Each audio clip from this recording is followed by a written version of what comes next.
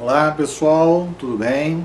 Começando aí a primeira live dos 30 dias de test drive do método DNS. Como que você pode ganhar até R$ 6.750 por mês já nos primeiros períodos da faculdade de Direito? Pode parecer bom demais para ser verdade, mas a Michele sabe, a Michele conhece e a Michele aprova o método do direito non-stop. A ideia aqui é te mostrar como você pode fazer para ganhar até R$ 6.750 por mês já nos primeiros períodos da faculdade de Direito. Eu sei que parece muito bom para ser verdade, mas foi o que aconteceu comigo. Desde os primeiros períodos da faculdade de Direito, eu já estava trabalhando e ganhando dinheiro dentro do mundo jurídico. Então eu posso dizer que é uma realidade que eu passei por ela. E eu vou mostrar para você como fazer isso. Para quem que é essa oportunidade? É para quem está na faculdade de Direito e quer começar a trabalhar e está muitas vezes em dúvida do que vai fazer, de como proceder para começar então a ganhar dinheiro nessa nova profissão. Existem, claro, algumas pessoas para quem eu não indico fazer o método DNS. As pessoas que querem adquirir simplesmente mais um diploma. Se você está na faculdade de Direito porque está querendo ter mais uma formação, já é um profissional de uma outra área e está simplesmente querendo adicionar mais um diploma na sua carreira para você conseguir uma promoção ou passar para um cargo superior, claro, você não vai se favorecer desse método. Esse método é para quem está começando na área jurídica e quer aproveitar o conhecimento jurídico já desde o início da carreira, já desde o início da faculdade, aproveitar esse conhecimento jurídico para transformá-lo em dinheiro. Então, é para você. Esse método é justamente para você que tem essa disposição de trabalhar, porque é um método de trabalho. Não é uma metodologia mágica, com muito trabalho, com muita dedicação, é que você então consegue alcançar esse objetivo de fazer uma renda extra de até R$ 6.750 por mês. Ah, Roberto, mas tem muito advogado que não faz esse valor por mês, que não tem esse tipo de remuneração. Sim, tem muitos advogados que não têm esse tipo de remuneração porque estão trabalhando para outros advogados. Advogados que trabalham em escritórios de advocacia para outros profissionais e que aí sim eles, donos desses escritórios, os grandes advogados, com certeza têm um faturamento muito mais expressivo e pagam a quem está na operação, no dia a dia do escritório, um valor realmente muito abaixo desse. Então a ideia é que você consiga produzir a sua própria renda sem depender de estar empregado. Se for o caso de você procurar uma vaga em um escritório de advocacia para trabalhar, que você se apresente nesse escritório de advocacia com um diferencial que te permita ganhar mais do que normalmente se paga no mercado. Se você já está do meio para o final da faculdade, talvez você já tenha um outro direcionamento, um outro pensamento a respeito da sua carreira, já tenha até alguma coisa encaminhada. Mas se você ainda está nos primeiros períodos, eu acredito que você pode aproveitar bastante as informações aqui dessa live. Então deixa eu me apresentar para você, meu nome é Roberto, eu sou mestre em Direito, doutorando em Direito, e antes de entrar na faculdade de Direito, eu trabalhava com desenvolvimento de sistemas.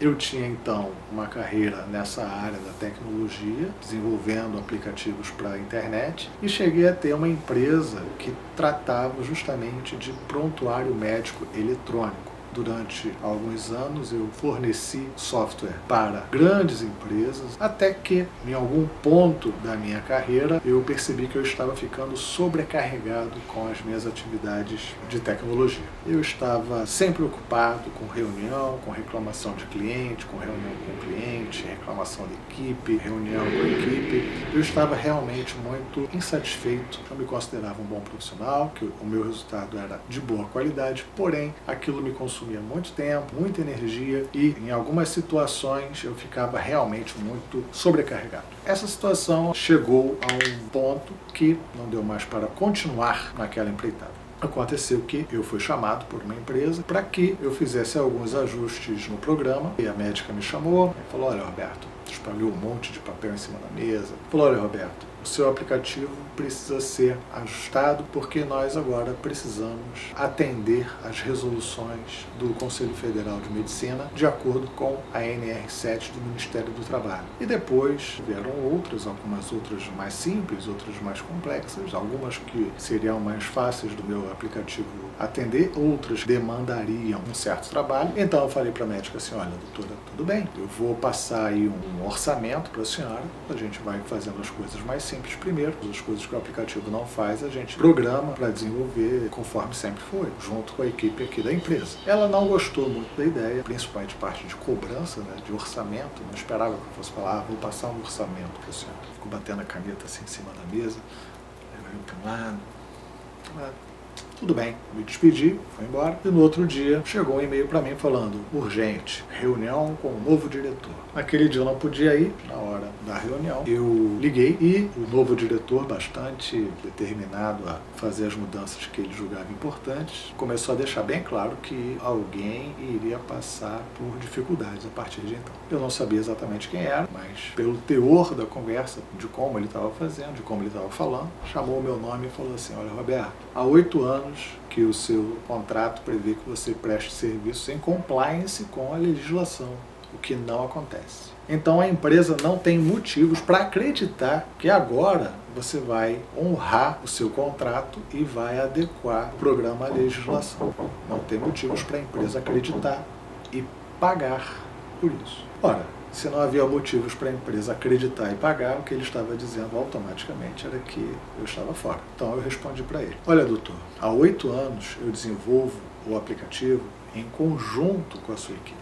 Reunião após reunião, testes após testes, sempre em conjunto. Para o senhor dizer que eu não vou cumprir o que está sendo proposto e o que vai ser orçado, o senhor deveria primeiro conversar com a equipe. Claro que ele não gostou também da resposta, mas a decisão já estava tomada e assim foi que eu perdi o meu maior contrato que sustentava a empresa. E aí eu percebi uma coisa: por que é que aquela situação se desenvolveu daquela forma? Porque eu conhecia muito de tecnologia, sabia detalhes do aplicativo, da programação, das lógicas do aplicativo, porém não conhecia as normas do Ministério do Trabalho, a tal NR7, que a médica queria que o meu aplicativo observasse. E por que eu não conhecia? Porque os profissionais que ajudaram no desenvolvimento do aplicativo, que trabalharam junto comigo no desenvolvimento do aplicativo, jamais falaram dessa NR7. Então qual foi a virada de chave na minha cabeça? Olha, eu não posso ficar restrito ao conhecimento de tecnologia. Eu preciso conhecer o que o outro lado está demandando. Eu preciso conhecer o que o outro lado da mesa vai pedir. Eu preciso saber, antes do outro lado da mesa falar sobre NR7, eu preciso saber o que é isso.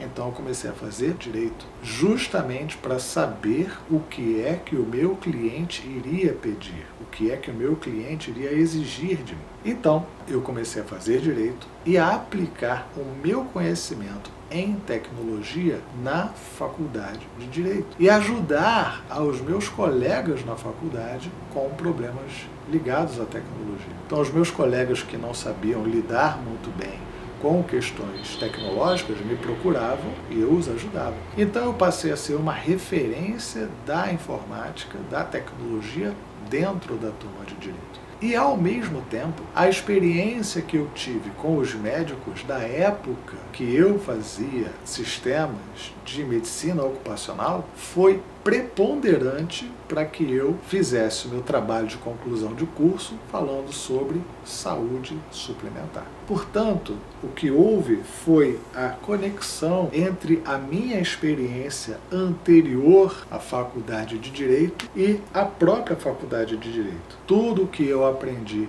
antes de ingressar na faculdade de Direito foi aproveitado no meio da faculdade, de forma que tanto a parte da tecnologia eu aproveitei para ajudar os meus colegas, como a parte também de conhecimento da saúde ocupacional me ajudou a desenvolver o meu trabalho de conclusão de curso com base naquele conhecimento que eu tinha desde antes. Então, isso abriu a minha perspectiva para entender que é muito importante essa alquimia jurídica. essa união entre o saber jurídico e o saber de outras áreas. O saber que você já tem antes de entrar na faculdade de Direito com o próprio saber jurídico que você adquire na faculdade de Direito. Essa alquimia é fundamental para você ter um bom sucesso na sua carreira. Depois da faculdade de Direito, eu entrei então na Escola da Magistratura. E na Escola da Magistratura me tornei especialista e logo após concluir curso regular, eu fui convidado a ser professor da própria escola. Depois da Escola da Magistratura, eu entrei no mestrado. O meu trabalho de pesquisa no mestrado esteve relacionado à inteligência artificial. Agora, no doutorado, também pesquiso inteligência artificial por conta da minha história pregressa ligada à tecnologia. O meu desejo, a minha vontade é conhecer outras histórias e ver como essas histórias se conectam com o direito e como que você pode criar uma nova experiência a partir dessas vivências pessoais que você tem. Eu não tenho experiência, estou começando agora, eu nunca trabalhei, eu nunca tive uma atividade, mas não importa. O que importa é a sua vivência, o que você gosta. Se você gosta de outras áreas como música, esportes, poesia, literatura, tecnologia, videogames, se você gosta de carros, de animais. A minha experiência anterior ao direito era com tecnologia. Mas e a sua vivência? Os seus gostos pessoais estão ligados a que área fora do direito? Porque é justamente essa alquimia que vai te tornar um profissional diferenciado, que não se iguala no mercado. Trazer uma experiência que não tem a ver com o direito para dentro da área vai te tornar um profissional diferenciado. Então, se você adora animais e agora está estudando direito, por que você não estuda o direito na defesa dos animais? Se você gosta de tecnologia, por que não estudar o direito com foco na tecnologia? Se você é dono de restaurante e entrou na faculdade de direito, por que não olhar o direito, observar o direito pelo olhar da gastronomia? Não importa qual seja a sua experiência, a sua vivência anterior ao direito, ela vai enriquecer a sua faculdade e vai fazer com que você seja um profissional diferenciado, porque a sua vivência, ela é só sua. O seu gosto pessoal, o seu ponto de vista é só seu. E aí, quando você estuda o direito e une o seu conhecimento pregresso com o conhecimento que você agora está adquirindo em direito, você faz uma experiência totalmente diferenciada. Qual é o jeito que normalmente eu vejo os alunos fazendo? Ora, os alunos entram na faculdade de Direito e esperam até o 5º, 6º, 7º período para procurar um estágio. E acaba perdendo do 1º até o 5º período a oportunidade de já colocar em prática alguma coisa do direito com relação à experiência que ele tinha no passado. Então vamos imaginar, qual a experiência que você tem, qual a experiência que você pode levar para dentro da faculdade para enriquecer o seu curso de direito. Leve essa experiência logo no 1º período. A maioria dos alunos, então, espera até o 5º, 6º, 7º período para procurar um estágio. E aí, quando procura o estágio, vai fazer o que lá? As rotinas mais básicas do mundo. Aquelas rotinas que qualquer pessoa que não precisa nem conhecer direito pode fazer. Às vezes, coloca um estagiário para abrir a porta para o cliente. Às vezes, coloca o estagiário para carregar um livro de um lado para o outro, um processo físico, ir no cartório, tirar uma xerox, as atividades mais básicas para o estagiário. Quando o estagiário começa a desenvolver atividades mais relevantes, começa a fazer petições, começa a escrever mesmo, se sente perdido. Por quê? Porque ele já começa de cara numa atividade muito pesada para ele. Então, são dois extremos. Ou a atividade é muito básica e o estagiário então se sente desvalorizado, ou a atividade que se exige do estagiário é tão pesada que ele já nem sabe como é que vai fazer aquilo. Agora, imagina se você, desde o 1º período, já pega a sua experiência, a sua vivência pessoal, aquilo que você adora fazer, aquilo que você gosta, e vai procurando na jurisprudência as informações mais atualizadas sobre aquele assunto. É assim que você une a sua vivência prática, a sua experiência fora do direito com a prática do direito. Não precisa você ser o advogado, não precisa você estar à frente do processo. Você pode verificar como processos de outras pessoas estão sendo julgados nos tribunais. E assim você tem contato com a prática relacionada à sua vivência. Foi isso que eu aprendi na escola da magistratura. Quando eu aprendi isso na escola da magistratura e uni a minha experiência prévia com tecnologia, eu criei o método DNS, que me acompanha até hoje. Me acompanhou no mestrado e agora me acompanha no doutorado. O método DNS, que significa Direito Non-Stop, ele tem base no conhecimento por experiência em espiral. Primeiro você descobre a sua partícula jurídica, que é justamente isso que eu estou dizendo. Se você gosta de animais, é estudar o direito com foco na proteção dos animais. Se você gosta de música, é estudar o direito com foco no direito autoral das músicas. Se você gosta, não importa. Qualquer área que você queira observar, o direito vai estar abrangendo. Então você começa descobrindo a sua partícula jurídica, trazendo aquilo que te empolga, um assunto que te empolga, um assunto que te conquista. Pega esse assunto, leva para a jurisprudência e vê como que ele está sendo tratado pelos juízes, pelos desembargadores, pelos ministros. Você vai ter a oportunidade de afiar a jurisprudência rombuda, porque muitas vezes os juízes tomam decisões erradas. É claro que eles tomam decisões erradas, por vários motivos diferentes. Um deles é também o desconhecimento da parte prática de muitos assuntos. Então, os juízes passam essas análises de questões específicas para os peritos. Por exemplo, olha, não sei se aquele carro, se ele quebrou antes de sair da agência, da concessionária ou da locadora, ou se ele quebrou depois, na mão de quem comprou, na mão de quem alugou. O juiz não tem como saber isso. Tá? Mas quem é que vai saber? O perito. Ele vai ver lá algumas marcas, alguns indícios, algumas coisas específicas ali da utilização do carro e vai falar assim para o magistrado: olha, excelência, esse carro aqui quebrou pelo menos há uma semana e o carro foi alugado há 3 dias. Uma hipótese. Porque o juiz não faz a menor ideia se o carro quebrou há 3 dias, ou uma semana, um mês ou um ano. Você pode então fazer as perguntas certas para o perito. Por quê? Porque você adora carros. Porque você sabe como identificar essas situações que eu não sei, mas você, que é apaixonado por carros, pode saber.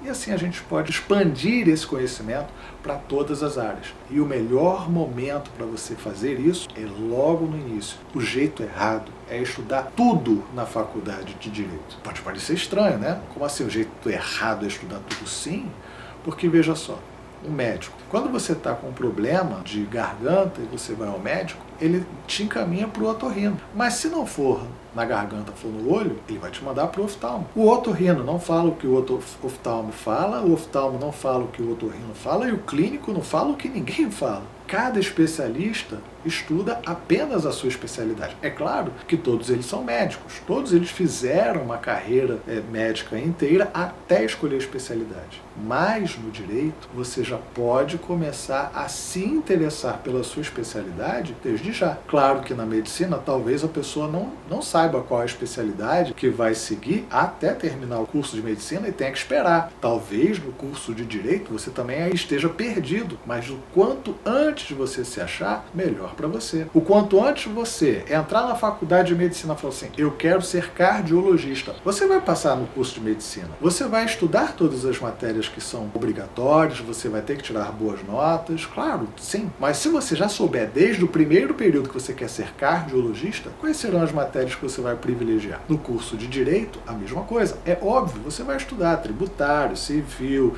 constitucional, penal, processo, você vai estudar tudo, mas qual é a área que você mais se interessa? Não, eu quero estudar essa área de energia solar. Ora, então eu não sei qual seria, eu mesmo, Roberto, não sei quais seriam as matérias específicas para quem quer estudar a área de energia solar, mas a gente pode descobrir. E é isso que a gente vai fazer. Durante esse mês de maio, até o dia 31 de maio, nós estamos aqui fazendo esse teste Drive e você vai poder acompanhar essas lives que estarão disponíveis aqui no Instagram e também no YouTube. Você vai poder fazer as suas perguntas, você vai poder conversar comigo e a gente vai poder chegar a essas informações. O que estudar em cada área da sua vivência. Você gosta de tecnologia? Você gosta de música? Você gosta de animais? Você gosta de energia solar? Você gosta de higiene e beleza? O que você gosta? Vamos procurar nos tribunais toda a jurisprudência aqueles assuntos que você